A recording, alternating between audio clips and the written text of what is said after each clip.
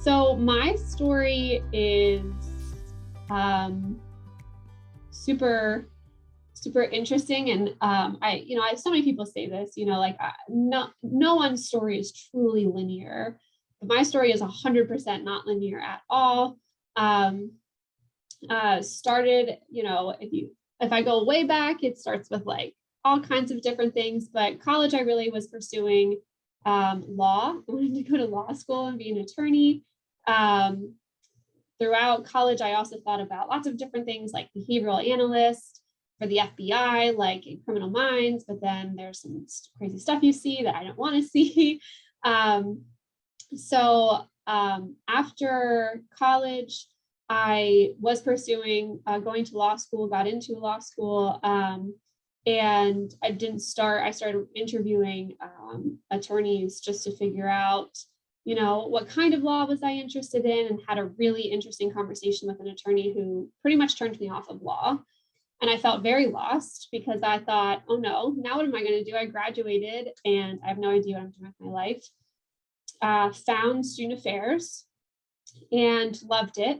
So spent 10 years, got my master's in student affairs, spent 10 years in student affairs, developing student leaders, and having lots of, at the time, not knowing, coaching conversations with students, helping them develop their skill sets, helping them figure out what they wanted to do in their lives. And I was really loving these conversations, but was feeling really burnt out by working in an activities environment that demanded, a lot of hours with very little compensation. So I decided to switch over to the academic side. I worked at the University of Pennsylvania Positive Psychology Center for 4 years, where I got tons of more in-depth background knowledge on positive psychology concepts, resilience, optimism, hope, all these cool things that really help bolster a person's well-being. And as I was working there, I sort of missed working with students and having that connection, and thought, okay, I miss having these one-on-one conversations with students, but I know I don't want to be a counselor. I don't want to be a therapist. So I found coaching and started doing some research, and it was really extraordinarily important to me that I find a coaching program that was grounded in research, psychology research. I didn't want a program that sort of brushed over that and only taught skills or tools without the knowledge of why these skills or tools work. Ended up getting connected with a CTEDU alum, Lindsay Helm, and she helped me see, she was also a graduate of the UPenn counseling program, so that was really helpful. She also wanted a research-based program, found CTEDU, found it really helpful. So after a few coaching conversations with John, I ended up enrolling in my 1.0 program, which, as I've mentioned a couple of times, the 1.0 program sort of changed the way I saw what coaching was actually going to end up meaning to me. So throughout the 1.0 program, we also get coached. And I just noticed that the more people asked me about what it was I really wanted out of life, and what I really wanted to be doing, and having all these deep, thoughtful conversations, writing came back to the forefront for me. And writing was something that I loved as a child, all through high school, through college. I took creative writing classes, but I was always told that you can't pursue writing. It's not a job, it's a hobby. There's no money in it. And so, I decided that I was going to finally take charge of my life and pursue the thing that I always wanted to pursue. I started a freelance writing business. That was about almost 4 years ago, or just over 3 years ago, I guess now. And it's been going great ever since. And as that writing business grew, so did the number of people who wanted help with writing their manuscripts, their first novels or second novels. And as I was having conversations with these people, I was realizing, these are folks who can coach or who can write on their own. And it was nice when they finally started saying, look, I want to hire you to write this for me, but I really wish I could write it myself. And my asking, well, why can't you? What's stopping you?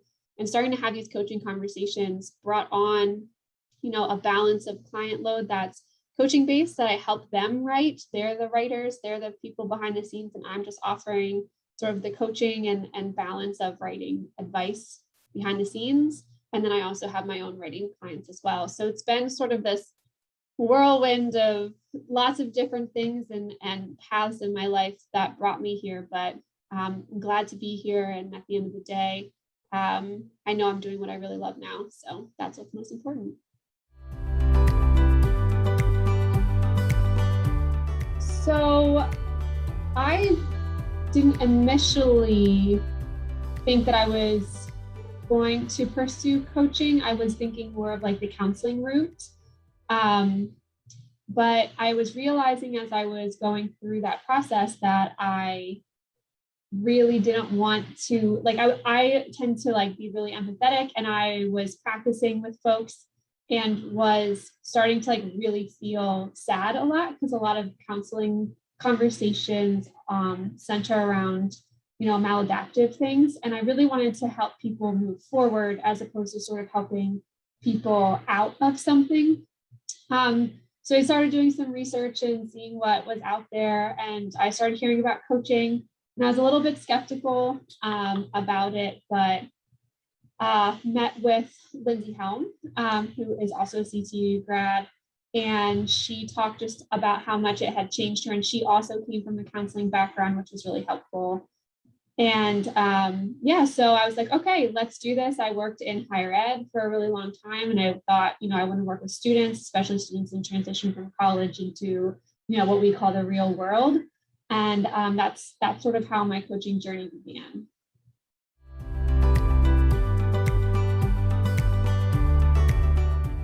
What my coaching business looks like now is not what I anticipated it would end up looking like. When I was going through the Coach Training 1.0 program, you end up getting coached yourself a lot. And what ended up happening for me was this rebirth of a passion I have for writing. And I had always loved writing. I took creative writing classes in college. And it's sort of always been like my back burner hobby, but I never really took it seriously. I always wanted to, but never did. And through the coaching I got in that program, I decided to take a step in the direction of starting my own freelance writing company business. And that sort of led me to freelance writing contracts and clients, and it was really, really fun. And as I was doing that, people started saying that they wanted to write but didn't know where to start and would love sort of some help, advice. And I was going through the coaching program. And so organically, this writing coaching business actually found its way into my life. So I've had a little bit of a hybrid. I still help clients with writing, blogs, and things like that. But I also coach clients. I specialize in working with writers who are working on their first novels or first long-term projects. Currently have lots of different genres. I have a sci-fi genre. I have a children's book series that's being worked on. And then I have also a nonfiction book as well that I'm working on with different clients to help them bring their stories to life. So it's evolved over time. I definitely thought I'd be working with students, but now here I am working with first-time writers. It's hard for me to say what my vision for my coaching business is, because I feel lucky in the sense that it can go in so many different directions. I think ideally, I would like to see, so right now, like I mentioned, my business is a blend of writing and coaching. I think I'd really like my business to continue to evolve more towards the coaching aspect with writers. My favorite part of working in my business right now is having a client that I'm writing for long-term. And then eventually they say, you know what, I'd like to take a stab at this. Would you help me do that? And seeing them take ownership of their own stories and tell what they want to tell using their own voice is really empowering. And so I think as I continue to evolve in this practice, seeing my clients turn more into the writers themselves, and I'm just here as their coach, that would be an ideal future for direction for my business.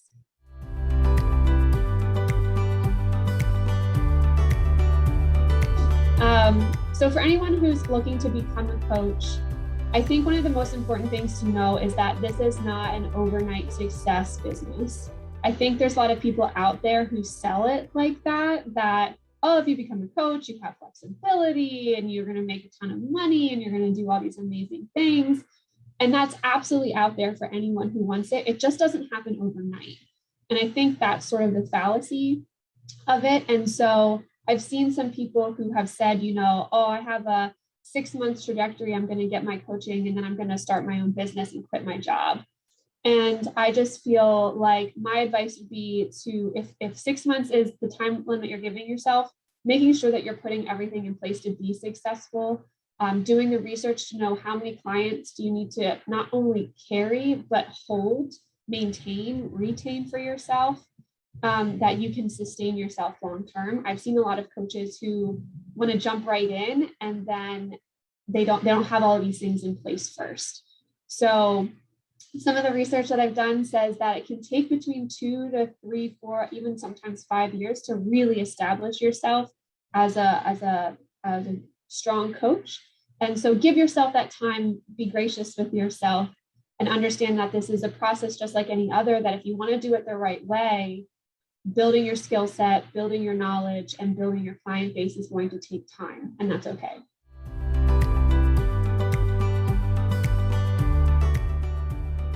One of the things I regret, I shouldn't say regret, one of the biggest learning moments of as an adult, or moving from young adulthood into middle adulthood, so to speak, is I really placed a lot of emphasis on the opinions of others when I was younger. And, that was not great because I always knew when I was young that writing was something I wanted to pursue. But I got a lot of feedback when I was younger about this isn't sustainable. You can do this as a hobby, but you're never going to make money doing this. This isn't something you can do long term. And so I really let those opinions shape what I ended up doing. And it took me a long time, longer than it should have, to really find what I wanted to do and finally be in a place where I feel like I'm pursuing what it is I really, truly want to be pursuing. And so I think for anyone younger out there who is struggling with this, know that when you get to be older, you do stop caring as much about the opinions of others. And you realize that in order to live your best life, you have to really care only about your own opinions and what you think of yourself. And it's a really hard battle to fight. And it's harder the more you hold on to the opinions of others. So the earlier you can let that go and just say, I'm an independent person, or I'm goofy and I'm weird and I'm a little bit out there and I'm okay with that. The earlier and the younger you can do that and establish yourself in your own individuality, the better off you're going to be as you move towards what it is that you really want to pursue.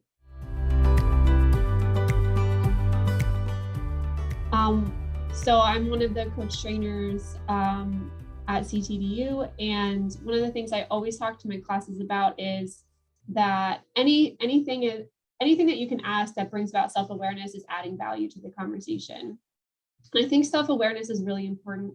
I tell a very brief story about working in higher ed, had a group of students in a class, asked them to, do this activity where they found their purpose or their passion in life. And so many of those students found that the passion or purpose they felt like they wanted for their life was not matching with the major that they were majoring in college. And that exercise brought so much self-awareness to, how am I approaching my future? If this is really what I want, what I'm really passionate about, this is misaligned then over here.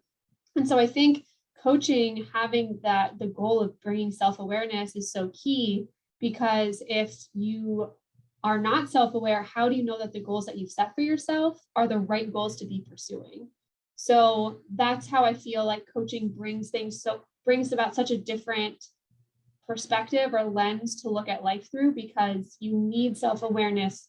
I personally think that even though we tell, our coaches, start your program with figuring out what their goal is, I would also I always explore with my clients, are you how do you know that this is the right goal for you? And exploring different areas of their personality to make sure that they've chosen a goal that's right for them, bringing about that self-awareness before they start too far down a path that they've suddenly realized they no longer want to be pursuing. Coaching has been a really integrative part of my life in a way that I didn't think it would become. I'm definitely a better listener than I've ever been in my whole life. I tend to be a really talkative person. I love to talk. And coaching has helped me become such a better listener, really hearing not just what the person's saying, but what's behind what the person is saying. And that's definitely helped me I've noticed that my relationships in the past couple of years have gotten stronger with family members, with friends, with my significant other. So I think that's one big way.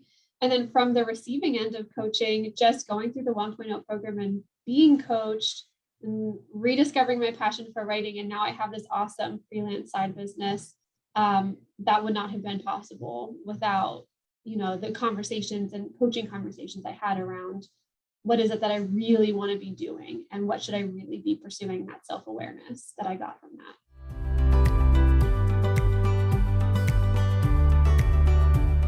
I think the biggest thing I learned about myself in training is to trust myself. When I was going through coach training, I was on a path of thinking I was going to work with students, that I was going to be, coaching college students in their transition out. And while I do have a passion for that, I worked for 10 years in higher ed and most, directly with student leaders and doing lots of pseudo coaching conversations. So I loved every minute of doing that. But I always knew inherently and sort of unconsciously that I had this passion for writing that I really wanted to pursue, but I was so filled with self-doubt because of all the messaging I had gotten from other people.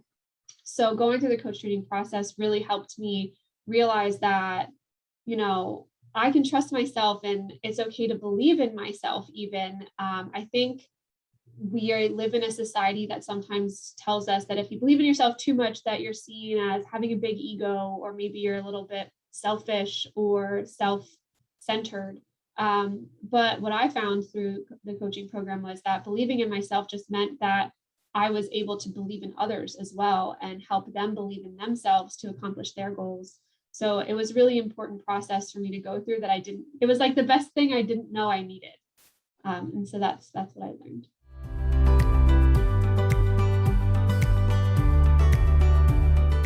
My favorite tool is going to sound so crazy, but it is the inner critic. I love the inner critic tool.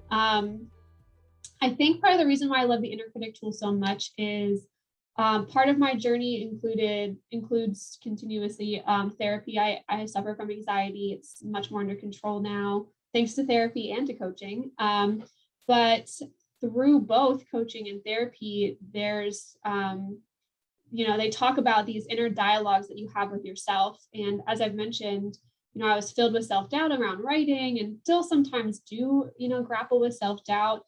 And I love being able to pull out so my inner critic looks like Meg from Hercules, just a smaller version of her. She rolls her eyes at me a lot and she's really sarcastic, but the tool allows you to get to know your inner critic on a deeper level, understand why they're there in the first place, what purpose are they serving, how are they helping you or not helping you, and then being able to differentiate between those two and use what's useful and reject what's not. And so being introduced to that tool, so my therapist also introduced me to something similar, not quite the inner critic, but very similar. And so being introduced to both of those around the same time was very eye-opening. And so I think I always surprise my classes when I say, I'm really excited to do the inner critic today, because I tend to be bubbly and excited. And I'm like, my favorite tool is the one that talks about all the negative stuff you say to yourself. But I enjoy that because it's such a great way to take that ownership back and release some of that self-doubt and contribute to that belief in yourself that I was talking about before.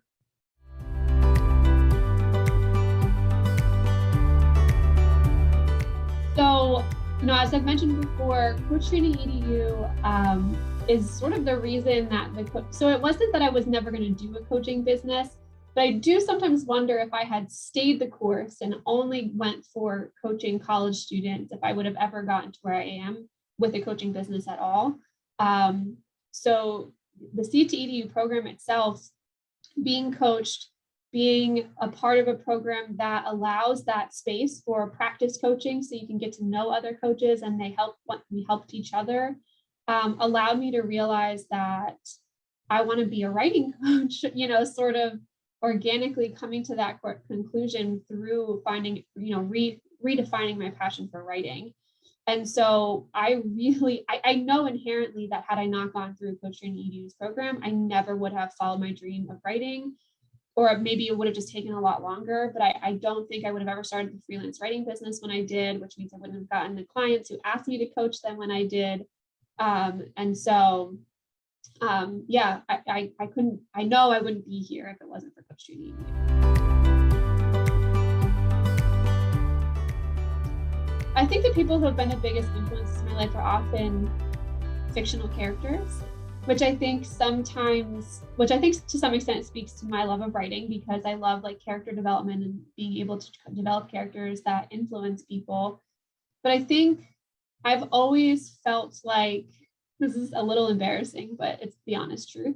But anytime I've watched a movie or read a book in which there's a heroine who saves the day, it's always been one of these things where it's like, I never felt like, ooh, I want to be the person that saves the day.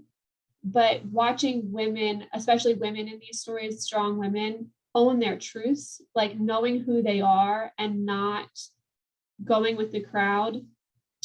One of the characters that comes to mind is Belle from Beauty and the Beast. Like, she knows she's a little weird, and that, the fact that she's reading is so bizarre to all these people, but she's not trying to hide it. She just owns her truth, and she owns who she is. And I think a lot of women in society do that. I think of people like Michelle Obama, of course, those folks, Glennon Doyle. I also look to some writers that I feel really good about, Jodi Picoult. If you've ever followed her on social media, like, she very much owns her truth.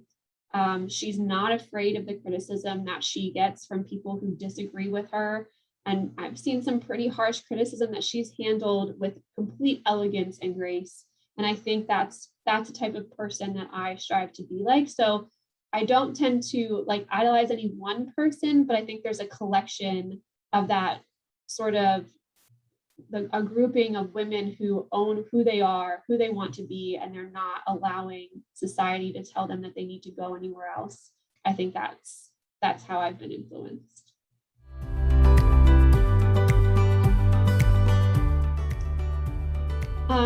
So the teacher who influenced me most, and anytime I tell a friend from high school this, they always laugh because she wasn't the most popular teacher, but she shared a similar love for writing and reading that I did. So it was my 9th grade English teacher, Ms. Mankin. Shout out to Ms. Mankin. And I think what I liked about her is she was also a woman who owned her truth. She tended to be a little bit more sarcastic with students and maybe more stern. Some people might even refer to her as like severe. But I always really admired the fact that she was so thoughtful about her curriculum, and that she didn't let you mess around in her class, and that she did take it seriously. And she was one of the first people who I went to when I wrote my first book, went and told her about what I did and how I felt like being in her classroom, even though she wasn't this fun, happy-go-lucky, like the stereotypical teacher that you see that everyone loves. I always really loved her because her assignments were extremely thought-provoking. I remember writing poetry books. And I feel like even though I knew even younger that I loved writing through middle school classes, this was the first teacher in high school who really, I feel like, was another one of those milestones in my writing journey of really helping me realize my love of writing, my love of reading, why stories themselves are important. And then, sort of bringing that all full circle for me, years later, going back to her and sharing with her as one of the first people that I wrote this book. And then I felt like she had a lot to do with that.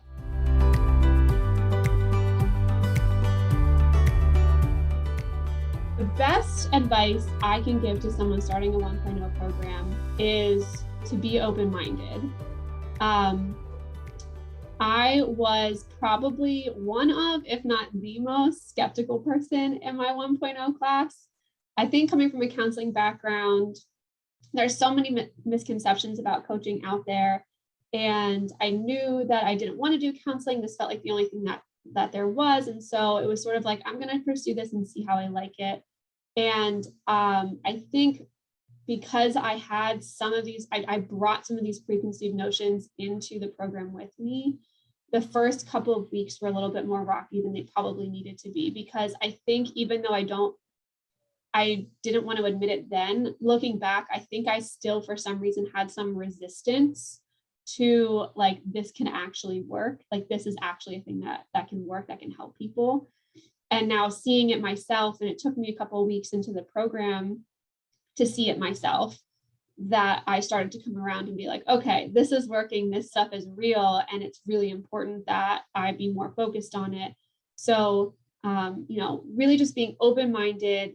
If you have preconceived notions, if you feel like you're a little skeptical, that's completely okay and normal, and nothing is wrong with you because you're skeptical.